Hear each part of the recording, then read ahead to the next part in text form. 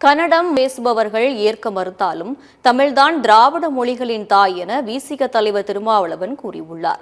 திருச்சி விமான நிலையத்தில் செய்தியாளர்களை சந்தித்த திருமாவளவன், திமுக கூட்டணி சார்பில் மாநிலங்களவை வேட்பாளர்களாக தேர்வு செய்யப்பட்டுள்ள நடிகர் கமல்ஹாசனுக்கு வாழ்த்து தெரிவித்தார்.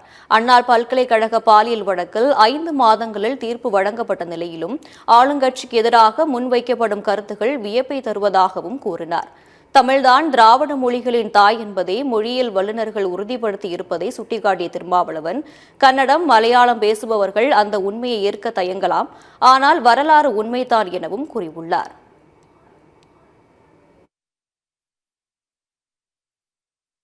வரலாற்று மொழியியல் வல்லுநர்கள், தேவநேய பாவாணர் போன்றவர்கள் தமிழ்தான் திராவிட மொழிகளின் தாய் என்பதை உறுதிப்படுத்தியிருக்கிறார்கள்.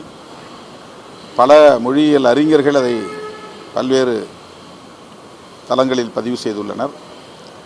இன்றைக்கு கன்னடம், மலையாளம் பேசக்கூடிய மக்கள் அந்த உண்மையை ஏற்க தயங்கலாம், ஆனால் வரலாறு தான், உண்மைதான், அதை எவரும் மறுக்க முடியாது. கால்டுவெல் அவர்களின் திராவிட மொழிகள் ஒப்பிலக்கணத்திலும் அந்த உண்மை சொல்லப்பட்டிருக்கிறது.